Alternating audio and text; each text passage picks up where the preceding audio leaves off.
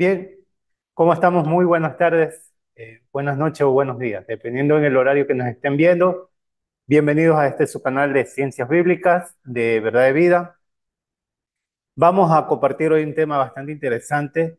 De antemano, pues, pedirles que si está ingresando a este video, si ha ingresado a este video, que se quede hasta el final. Pues hoy vamos a hablar de uno de los códices más antiguos que existen en la actualidad, sobre su descubrimiento y bueno, algunos detalles que vamos a hablar también de este material, de este documento en códice, ¿no?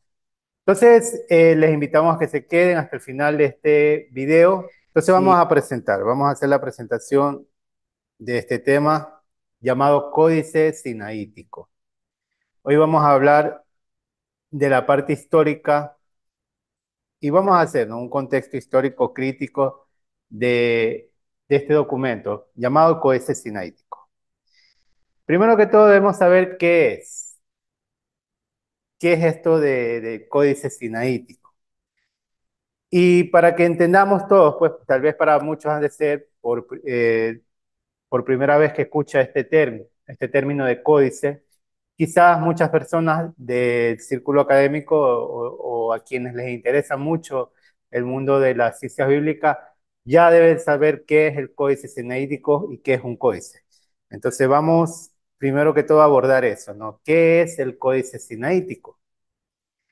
Y el códice sinaítico es uno de los manuscritos más antiguos y completos de la Biblia, que fue escrito en griego. Y la datación que se le da a este documento es del siglo IV. Este documento, este códice llamado el Códice Sinaítico, se descubrió en el monasterio de Santa Catalina, en el monte Sinaí, y de ahí es su nombre llamado Códice Sinaítico. Es especialmente valioso porque incluye en gran parte del Antiguo Testamento y todo el Nuevo Testamento, proporcionando una visión única de los textos bíblicos en su forma más antigua conocida. Debemos saber pues que este es un documento que está realizado en material de pergamino. Y el material de pergamino es un material que se hacía en base a la piel de animales. Se estima que aproximadamente en este valioso documento llamado Códice Sinaítico se tuvo que haber utilizado un aproximado de unos 320, eh, digamos, animales para hacer este material. O sea, las pieles de estos animales se tuvieron que utilizar para hacer un material tan grande y tan extenso como es el Códice Sinaítico. Bien, avanzamos a la siguiente diapositiva.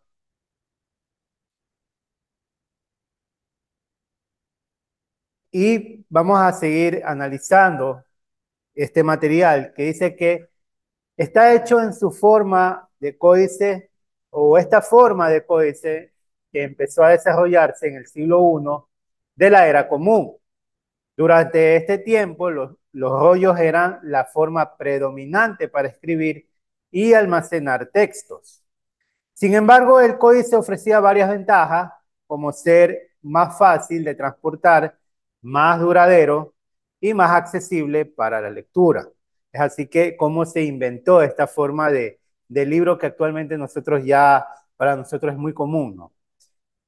Este formato consistía en hojas de pergamino o papiro cosidas, como ustedes pueden ver ahí en la imagen, juntas, lo que permitía escribir en ambos lados de cada hoja y facilitaba la organización y consulta de los textos. Entonces, este trabajo de hacer que los papiros, los pergaminos estén todos unidos en una sola obra, inició a hacerse aproximadamente entre el siglo I. De ahí en adelante, pues ya algunos creen que esto se inicia en el Imperio Romano, ¿no? Que ellos pues fueron los que dieron esta gran idea de hacer este tipo de trabajo como libros, como hoy en día los conocemos. Y de ahí en adelante, pues para muchos fue una opción bastante buena poder hacer este tipo digamos, de dónde almacenar todos estos documentos, ¿no? Sea papiros o sea pergaminos, pero debemos tener claro que el códice sinaítico es un material netamente de pergamino. O sea, todas las hojas son de pergamino. Bien, continuamos analizando, ahora vamos a conocer un poco sobre la historia de este documento, cómo se formó. Algunos creen que aproximadamente en el año 331, cuando Constantino I comisionó a Eusebio, hablando de Eusebio de Cesarea, a entregar 50 Biblias a las iglesias de Constantinopla.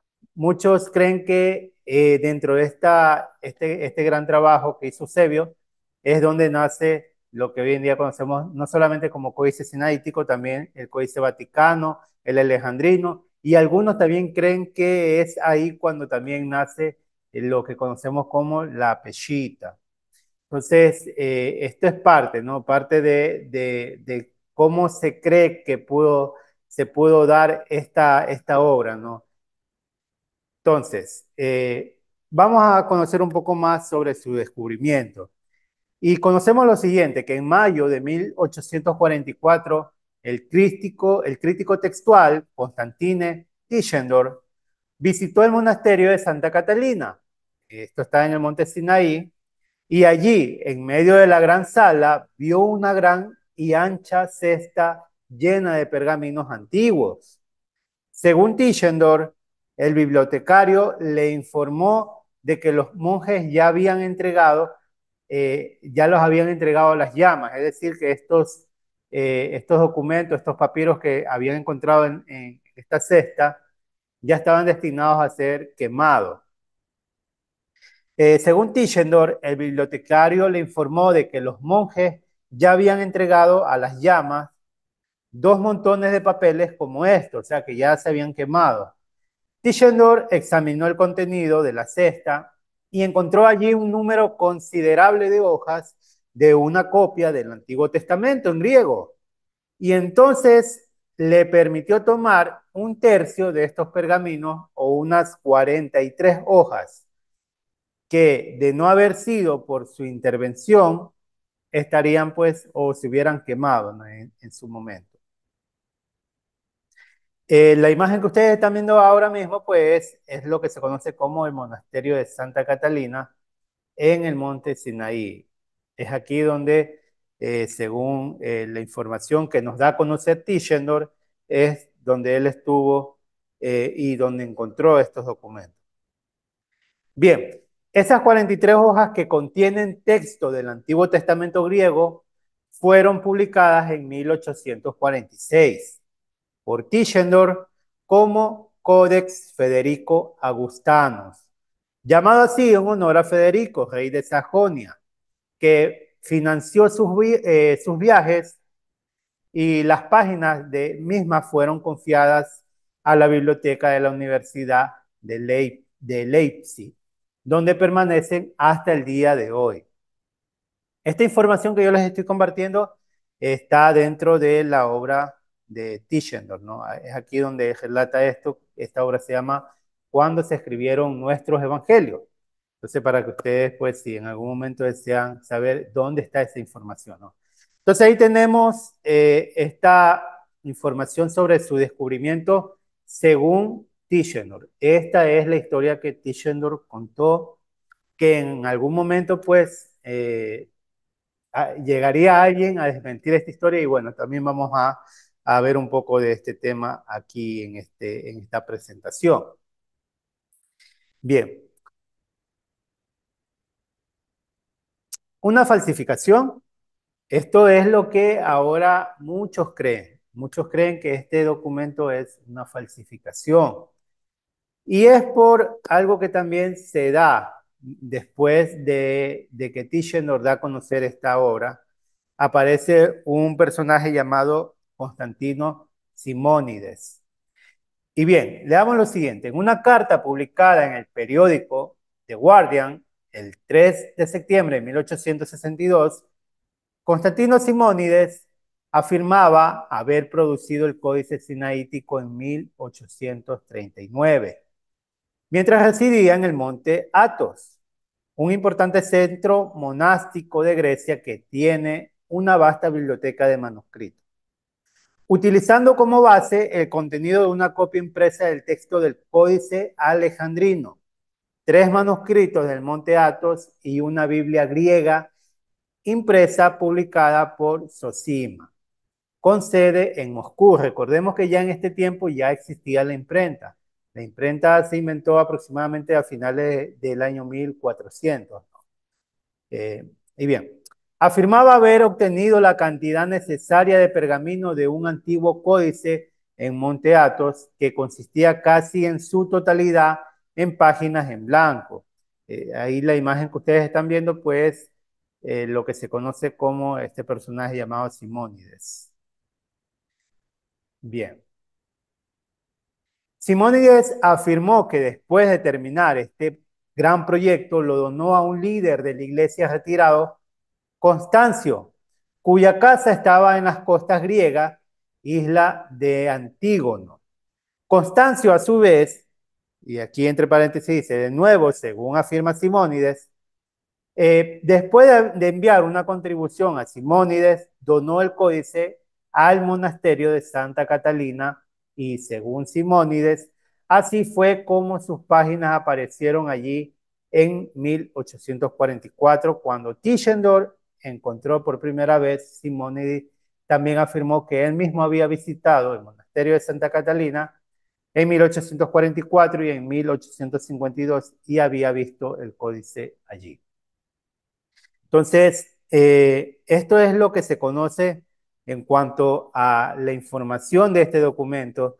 Según Tischendorf, esto se encontraba dentro del monasterio de Santa Catalina, y luego aparece este otro personaje llamado Simónides diciendo que él fue quien lo escribió y que él tomó parte de lo que se conoce hoy en día como el Códice Alejandrino y bueno, alguna Biblia ya impresa, cosa que dejó una ambigüedad que años más tarde, cuando se hace el análisis de este documento, se empieza a ver que hay mucha evidencia que nos da a conocer que no tiene nada que ver con lo que afirmó Simónides.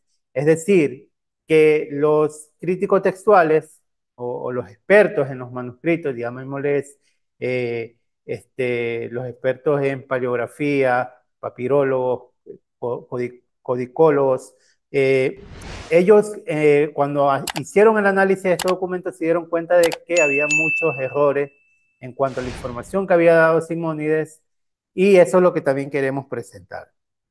Vamos a ver si es verdad lo que Simónides afirma, ¿no? Que él había creado este documento. Bien, según el análisis, ¿no? Vamos a ver si realmente Simónides fue quien lo escribió.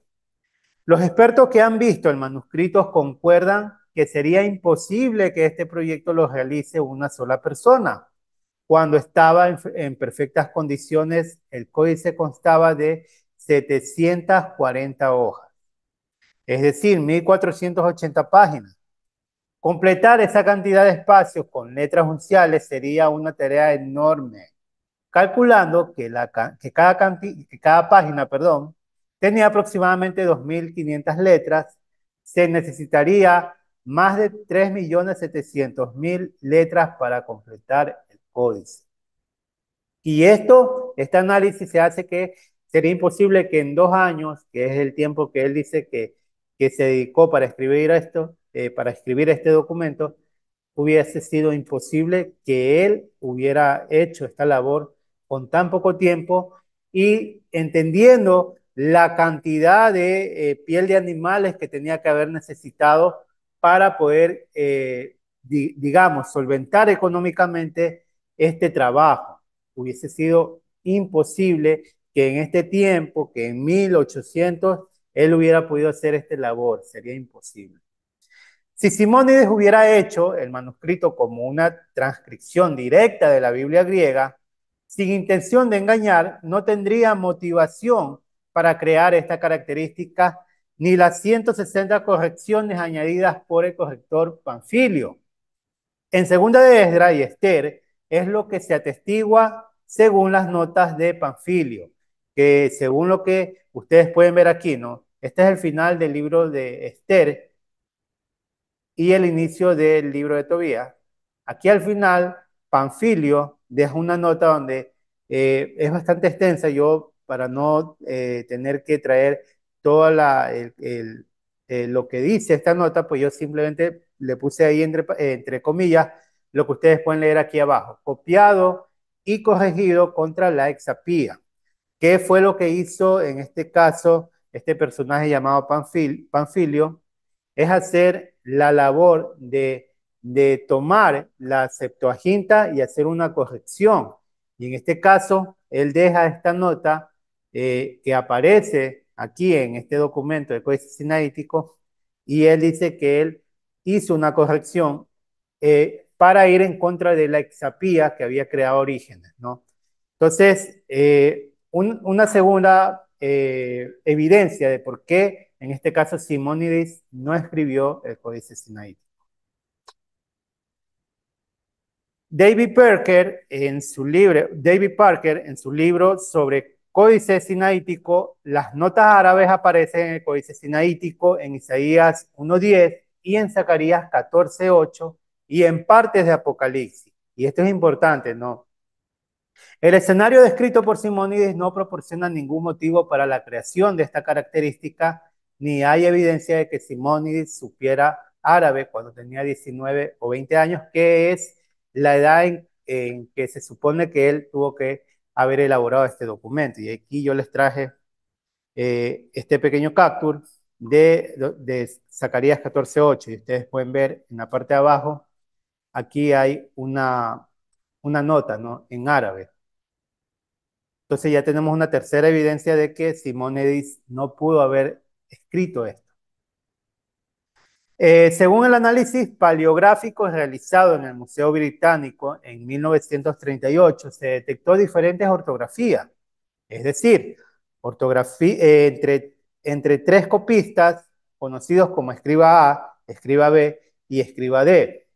El escriba D tenía una ortografía razonablemente buena, el escriba A tenía una mala ortografía y la ortografía del escriba B era atroz. Es decir, que este documento no lo pudo haber hecho una sola persona.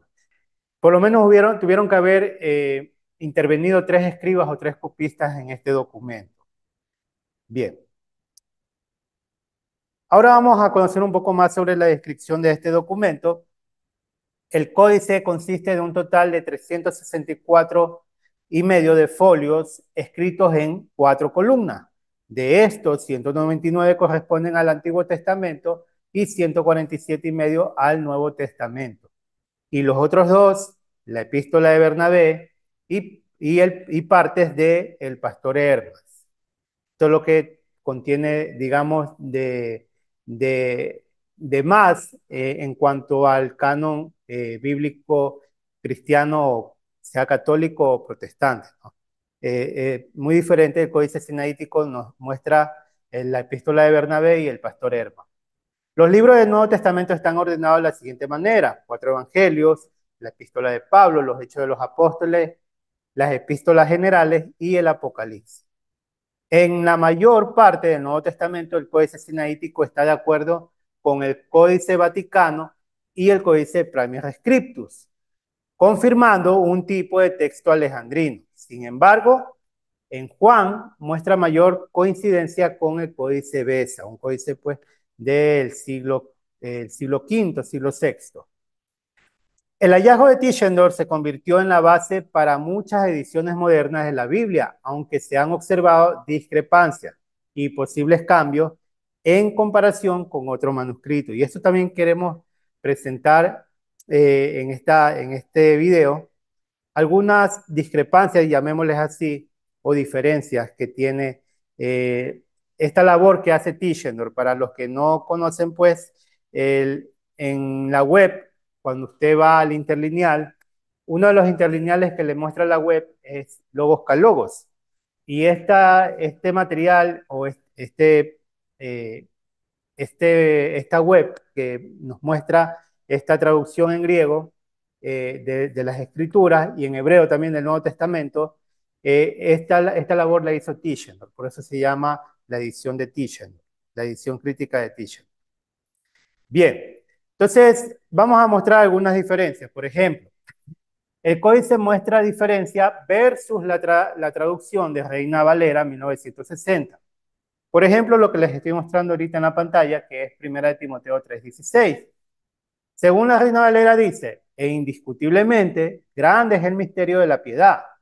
Dios fue manifestado en carne, justificado en el Espíritu, visto de los ángeles, predicado a los gentiles, creído en el mundo, recibido arriba en gloria. Según el Códice Sinaítico, que es lo que ustedes están viendo aquí en la parte derecha, en el verso 16 dice lo siguiente, y confesamente grande es el misterio de la piedad.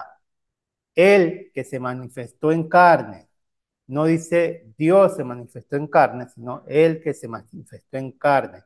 Entonces, según el análisis crítico, lo podríamos tomar como una mala traducción y por eso, pues, según lo que nos presenta en este caso el interlineal de Tischendorf, nos da a conocer en este caso lo que dice el Códice Sinaí, que no dice lo mismo que dice la Reina Valera, Dios fue manifestado en carne, sino Él fue manifestado, el que fue manifiesto en carne. Bien, vamos a ver algo más, y ya estamos llegando al final de esta presentación. Existen algunas frases que se encuentran omitidas en el Códice Sinaítico, lo que podríamos llamar que en la traducción, digamos, en la traducción de Reina Valera, estaría añadido, sería algo interpolado o sería una variante textual, recordando que la Reina Valera nace del texto recepto, también es conocido como el texto mayoritario, el texto recibido. Entonces, la mayoría de las traducciones bíblicas nacen del texto recibido y por eso es que podemos encontrar bastante diferencia versus el códice sinaítico. Por ejemplo, aquí encontramos una frase omitida en Mateo 6:13. Específicamente lo que está omitido es, tuyo es el reino, tuyo es el poder y la gloria eternamente. Amén. Es decir, en el códice sinaítico, esta frase que sí se encuentra en Reina Valera 1960, no se encuentra en el códice sinaítico. También se encuentra omitido lo que dice en Mateo 10:39, que sería lo siguiente, quien encuentre su alma, la perderá, y esto se encuentra omitido en Mateo 10:39. Marcos 6:11, en verdad os digo, también se encuentra omitido dentro del códice sinaítico. Lucas 9:55b y 56a, que sería, y dijo, no sabes de qué espíritu son, porque el Hijo del Hombre no ha venido para perder las almas, sino para salvarlas. Esto se encuentra omitido en el códice sinaítico. Juan 8:6, sin que prestar atención y inclinándose hacia abajo, lo que se encuentra omitido dentro del códice sinaítico.